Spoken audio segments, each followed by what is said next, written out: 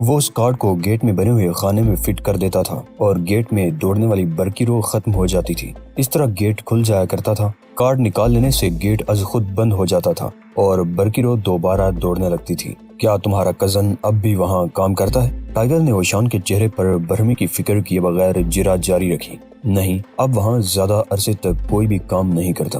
Dutch مین کا یہی طریقہ ہے کہ وہ کسی کو زیادہ دنوں تک وہاں ملازم نہیں رکھتا۔ ٹائیگر نے کارڈ لے کر الٹ پلٹ کر دیکھا۔ وہ سوچ رہا تھا کہ شپ یارڈ ہی میں کوئی اسرار پنہاں ہے۔ اب تم چلے جاؤ، اوشان نے دانت پیستے ہوئے پریری کو حکم دیا۔ ضرور ضرور، پریری نے سر ہلا کر کہا، لیکن ایک مسئلہ درپیش ہے مسٹر شہزاد، میری کار دفع ہو جاؤ۔ سیڈونی اس بار نہ صرف چلائی تھی بلکہ پریری کا کندھا پکڑ کر بری طرح جھنجھوڑ بھی دیا تھا۔ سیاحوں کو لوٹنے کی عادت چھوڑ دو ورنہ تمہاری ہڈی پسلی ایک کر دوں گی پریری۔ یہ کہہ کر اس نے ڈرائیور کو دھکا دیا تو وہ کمرے سے نکل کر پورچ میں جا گیا۔ اس نے اٹھ کر بڑی نفرت سے ڈرائنگ روم کی طرف دیکھا اور پھر چلا گیا۔ کیا مسئلہ ہے سیڈونی؟ ٹائیگر نے کارڈ جیب میں ڈالتے ہوئے پوچھا۔ کچھ بھی نہیں، سیڈونی اپنے مخصوص انداز میں ہنس کر بولی۔ پریری کو قرض لینے اور لے کر واپس نہ کرنے کی عادت ہے۔ اب کسی کو بھی اس پر اعتماد نہیں، لہٰذا کوئی بھی قرضہ نہیں دیتا۔ میں نے اسے دھکا اسی وجہ سے دیا کہ تم اسے رقم نہ دے دو۔ اوہ! ٹائیگر کو اس بات پر حیرت تھی کہ بعض لوگوں کے لیے کاغذوں کے چند ٹکڑے اتنے اہم ہوتے ہیں۔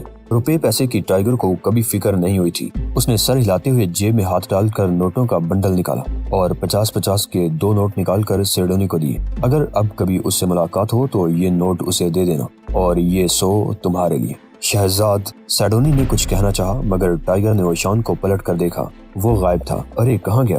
اوشان غائب تھا، گھر میں بھی نہیں تھا۔ اس نے صوفے کے قریب والی میز پر دیکھا، کارڈ غائب تھا۔ ٹائیگر کو یقین ہو گیا کہ اوشان کہاں گیا ہوگا۔ فیبی کا خیال رکھنا سیڈونی، ٹائیگر نے سخت لہجے میں ہدایت کی اور خود بھی گھر سے نکل کھڑا ہوا۔ پھر اس کی رفتار تیز ہونے لگی۔ وہ ایک دلدل کے قریب سے گزرا جس میں بانس کھڑے ہوئے تھے اور چند ہی منٹ میں شپ یارڈ تک پہنچ گیا۔ شپ یارڈ کے قریب باڑ سے وہ برقی رو کی آواز سن رہا تھا۔ وہ واپس پلٹا۔ اس نے دلدل سے ایک لمبا بانس نکالا۔ بانس کی مدد سے باڑ کے دوسری طرف کود گیا۔ اوشان، اس نے پکارا، میں یہاں ہوں۔ یہ آواز شپ یارڈ کے اندر سے آئی تھی۔ اوشان بعض تباہ شدہ ٹرکوں کے قریب کھڑا ہوا تھا۔ اس کے دونوں ہاتھ لبادے کے اندر تھے اور وہ کہہ رہا تھا، گھر واپس جاؤ شہزاد، یہ تمہارا مسئلہ نہیں، میں صرف یہ معلوم کرنا چاہتا ہوں کہ یہاں کیا ہو رہا ہے۔ ٹائیگر نے گمبھیر لہجے میں کہا، جب سے ان نام نہاد تعطیلات کا آغاز ہوا ہے مجھ پر حملے ہو چکے ہیں۔ مجھے ایک لاش کے بازو توڑنے کا حکم ملا ہے۔ فیبی کو جان سے مارنے کی کوشش کی گئی ہے۔ گھر میں گھس کر لوگوں نے توڑ پھوڑ کی ہے اور اب آپ شپ یارڈ میں کھڑے ہوئے مجھ سے توقع کر رہے ہیں کہ میں واپس چلا جاؤں۔ اب پھر ٹھہرو، لیکن یاد رکھو کہ جب وقت آئے گا اور جو صورتحال پیدا ہوگی اس کا مقابلہ کرنا صرف اور صرف میرا حق ہوگا۔ دیکھا جائے گا۔ دیکھو، اوشان نے کینٹینر کی طرف اشارہ کر کے کہا۔ ٹائیگر نے کینٹینر میں جھانکا تو اوشان نے ہاتھ واپس لبادے میں کھینچ لیا اور خاموشی سے ٹائیگر کو دیکھتا رہا۔ اندر 9 لاشیں الٹی سیدھی پڑی ہوئی تھی۔ ان کی آنکھیں، منہ اور جسم کے دوسرے حصوں پر برف جم چکی تھی۔ اندر سے مذبح خانہ جیسی بو آ رہی تھی۔ ریفریجریٹر اب بھی چل رہا تھا۔ کیا یہ لوگ ٹھنڈ کی وجہ سے مرے ہیں؟ اور قریب جا کر زخموں کو دیکھو۔ اوشان کا لہجہ بہت خشک تھا۔ ٹائیگر کینٹینر میں گھس گیا۔ اوہ ناممکن! ٹائیگر کے بالوں پر برف جمنے لگی۔ یہ لوگ دست بدست جنگ میں مارے گئے ہیں۔ کراٹے اس طرح قتل نہیں کرتا، اوشان نے جواب دیا اور خود بھی کینٹینر میں چلایا۔ دست بدست لڑائی کا مطلب اٹمی دازا، بانڈ اور ٹائی چی چوان ہو سکتا ہے، لیکن ان لوگوں پر ان میں سے کوئی بھی طریقہ اختیار نہیں کیا گیا۔ قاتل بھی ہم ہی میں سے کوئی ہو سکتا ہے، ٹائیگر نے سرسراتے ہوئے لہجے میں کہا، لیکن میں بہرحال نہیں ہو سکتا۔ اوشان نے منہ بنا کر جواب دیا، کیا تم قتل کرنے کے اس انداز کو مکمل تکنیک کہہ سکتے ہو؟ ویسے انداز میں سناجو کی جھلک ضرور موجود ہے۔ کیا آپ کا شک مجھ پر ہے؟ شہنشاہ اعظم کو تم پر شک ہے، اوشان نے جواب دیا۔ اس طرح کی لاشوں کا بھرا ہوا ایک اور کینٹینر سمندر میں ملا ہے، جس کے بعد مجھے پھر حکم ملا ہے کہ تمہیں قتل کر دیا جائے، لیکن میں نے فیصلہ کیا کہ پہلے اندازے قتل دیکھو۔ بہرام نے کیا حکم دیا تھا؟